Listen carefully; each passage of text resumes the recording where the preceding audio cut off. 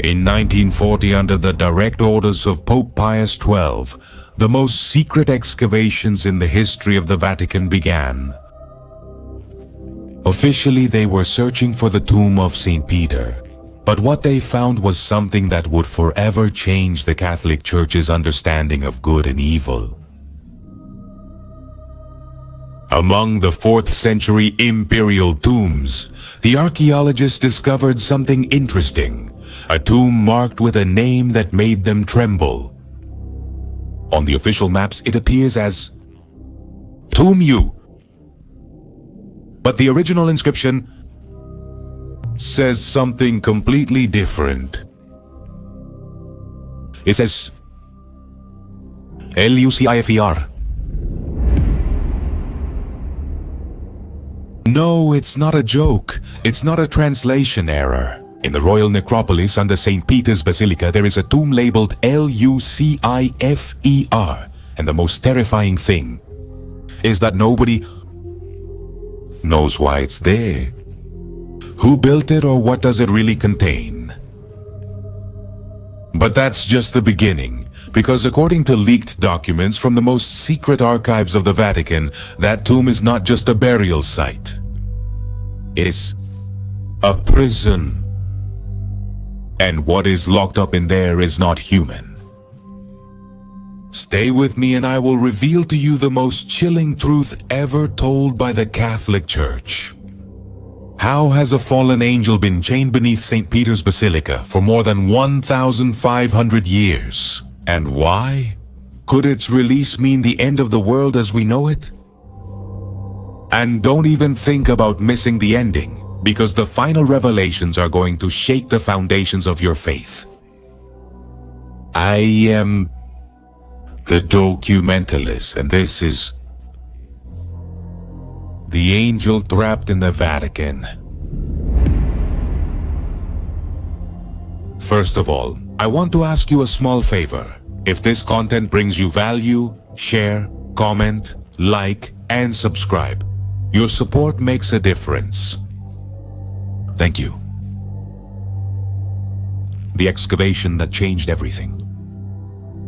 To understand this story, we must start with verifiable facts. Between 1940 and 1949, the Vatican carried out top-secret excavations known as SCAPI. Under St. Peter's Basilica, they were officially seeking to confirm the location of the Apostle Peter's tomb. What they found was a complete necropolis from the 4th century. A city of the dead with imperial mausoleums, inscriptions in Latin and Greek, and evidence that this place had been sacred long before Christianity. But there was something else. Among all the tombs meticulously catalogued by the archaeologists, one stood out for a disturbing reason. It was marked with the name Lucifer. The Vatican experts tried to explain it as a common name of the time. Lucifer simply means bearer of light, they said. It was a normal personal name in the Roman Empire. But no explanation could answer the fundamental question. Why was this tomb built in a completely different way from all the others? According to the leaked blueprints, the TUMB European Union Lucifer is not a traditional tomb. It's a circular structure carved directly into the rock, with Aramaic dialect inscriptions that Vatican translators refuse to disclose publicly. Even more disturbing, the tomb is sealed with a metal gate that doesn't match any known Roman technology. It's as if it was specifically designed to keep something inside and prevent it from getting out. The Vatican's secret archives. To understand why the Vatican would hide information about this tomb, we need to talk about the Vatican Apostolic Archives, formerly known as the Secretum, literally the secret. These archives contain kilometers of documents stretching from the 8th century to the present day. Access is limited to 60 researchers daily. Everyone must have impeccable academic credentials, and many documents remain permanently classified. According to the custodian, there is a special section of these archives, known internally as Hereticus Maximus, the greatest heresies. These are documents so dangerous to Catholic doctrine that only 3 people in the world are authorized to read them: the Pope, the Prefect of the Archives, and a special translator known as the Silent One. In this section, apparently, there is a manuscript from the 6th century written by a cardinal whose name was erased from all official records. The document is titled, Underground Angels. The Underground Angel, according to the custodian's leaks, this manuscript tells the story of how the first Christian builders of St. Peter's Basilica discovered something horrible. During the original excavations, the remains of a pagan ritual that had sealed a supernatural being underground. This manuscript describes the being as a corrupted angel of light, with wings that stretched out from the shadows and eyes like burning embers. But the most chilling part is that the cardinal claims the being was still alive, conscious, and begging for its release. The truth about the fallen angels. To understand what might really be locked away beneath the Vatican, we need to review texts that the official Catholic Church would prefer us to forget, the Apocryphal texts.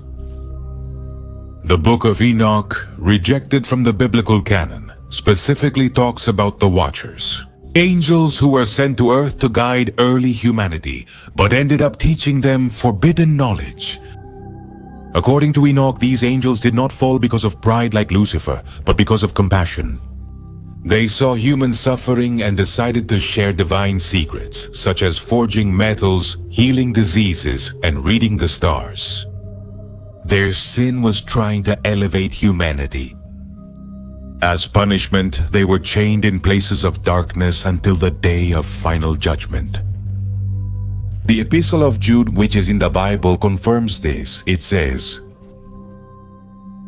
"To the angels who did not keep their first estate, but abandoned their own dwelling, he has kept them under darkness, in eternal prisons, for the judgment of the great day."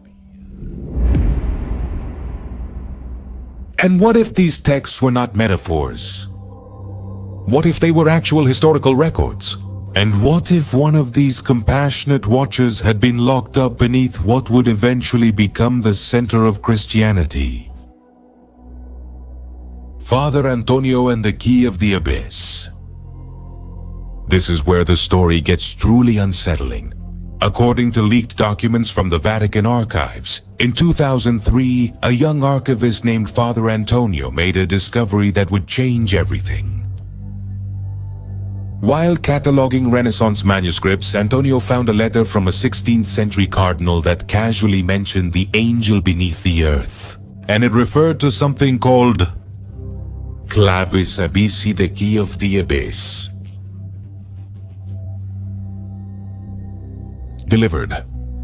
Antonio began a secret investigation. Antonio discovered cross-references in multiple historical documents, all pointing to the existence of a sealed chamber beneath the basilica and to a ritual object that served as a key to keep something locked away. The description of this object matched something Antonio had seen in the Vatican's inventories. An ancient bronze mask with inscriptions in Hebrew and Aramaic, cataloged simply as a ceremonial artifact of unknown origin. Leaked reports say Antonio accessed the crypts under St. Peter's early on October 15, 2003. He found the hidden entrance, exactly where the ancient manuscripts indicated. Behind a tapestry with the keys of St. Peter, in a section of the Vatican grottos closed to the public. The chamber that Antonio found matched exactly with the descriptions from the 6th century manuscript. Circular, carved out of solid rock, with a black granite altar in the center. On the altar rested the bronze mask, the clavis abyssi. But the most disturbing thing was what was engraved on the walls. According to Antonio's notes, which were confiscated but partially leaked, the inscriptions were not Christian prayers, they were warnings, in Latin, Greek, and Aramaic. They all said the same thing. Do not wake the one who sleeps in the darkness. Antonio describes in his notes that when he lifted the mask from the altar, he immediately felt a presence in the room. The air became thick, he wrote, as if something was waking up after centuries of sleep. According to his testimony, what he experienced next defies any rational explanation. A luminous figure materialized in the upper chamber with wings that stretched out to touch the walls and eyes that shone like embers. The being did not attack Antonio. Instead, it spoke directly to his mind. He identified himself as Sariel, one of the original Watchers mentioned in the Book of Enoch. His crime had been teaching humans about the cycles of the moon and the calendar, knowledge that God had reserved only for the angels. Sariel told Antonio he'd been chained under that spot for over 1,500 years. Long before the first basilica was built, the Christian builders had found the original pagan prison and, recognizing its importance, had built their most sacred temple directly on top of it. The angel begged Antonio to break the seals that kept him imprisoned, not out of revenge, but because the time of the final judgment was approaching, and his release was part of the apocalyptic prophecies. According to leaked Vatican security reports, on the night of October 15th, 2003, several inexplicable events occurred simultaneously in Vatican City. First, all the lights in St. Peter's Basilica flickered for exactly 7 minutes. The technicians never found an explanation for the electrical failure. Second, the seismographs in Rome recorded a micro-earthquake with its epicenter directly beneath the basilica. The magnitude was minor, but the seismic wave pattern was completely anomalous, as if something massive had moved underground. The Swiss guards reported hearing chants in an unknown language coming from the crypts. When they investigated, they found no one. But they did discover that a section of the Vatican grottos had partially collapsed. At dawn, they found Father Antonio unconscious in the rubble of the secret chamber. He was clutching the fragments of an ancient bronze mask that had been shattered to pieces. The doctors couldn't explain the cross-shaped burns he had on the palms of his hands. Antonio was immediately transferred to a private psychiatric clinic in the Vatican. Officially, he had suffered a nervous breakdown due to the stress of his studies. Unofficially, he was never seen in public again. But, according to the custodian, Antonio managed to send a final letter before disappearing completely. In it, he stated that he had broken the seals not by accident, but by conscious choice. He believed that keeping a compassionate angel chained was a greater sin than setting him free. The Vatican cover-up. The official response from the Vatican was swift and definitive. The collapsed section of the grottos was permanently sealed with concrete. The debris was removed during the night and transported to an undisclosed location. Even more significant, all the documents that Antonio had consulted were immediately reclassified as Pontifical Secret Security Level, the highest in the Vatican hierarchy. Reserved only for matters that could damage the reputation of the Holy See or cause scandal among the faithful. Cardinal Salvati, who according to reports led the cover-up operation, issued an internal directive ordering that any mention of underground angels, chained watchers, or the bronze mask be treated as heretical fantasies with no basis in reality. But there are indications that the cover-up was not completely successful. In the months following the incident, several other members of the Vatican clergy requested unexpected transfers. Some cited spiritual disturbance and loss of faith as reasons for leaving their positions. Even more disturbing, unconfirmed reports of luminous apparitions began to circulate in different parts of Rome. Witnesses described tall figures with wings that appeared briefly before vanishing. The Roman Catholic Church never officially investigated these sightings. The tomb of Lucifer today. Lucifer's tomb still appears on the official maps of the Vatican necropolis, but access is completely restricted. Only the highest-ranking Vatican archaeologists can enter, and they must sign confidentiality agreements before doing so.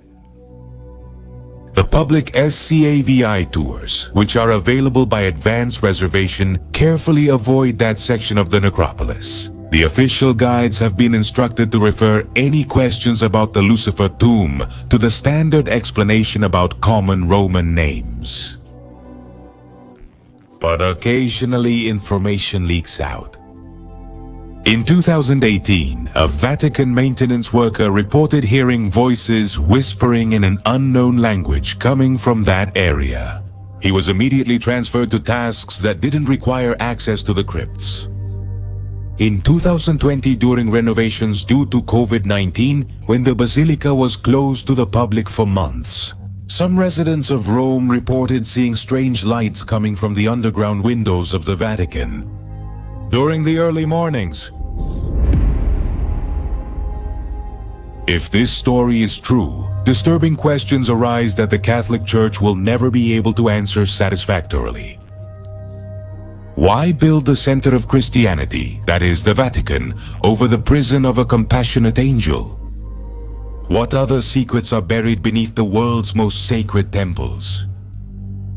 What if other religions are also based on similar hidden truths?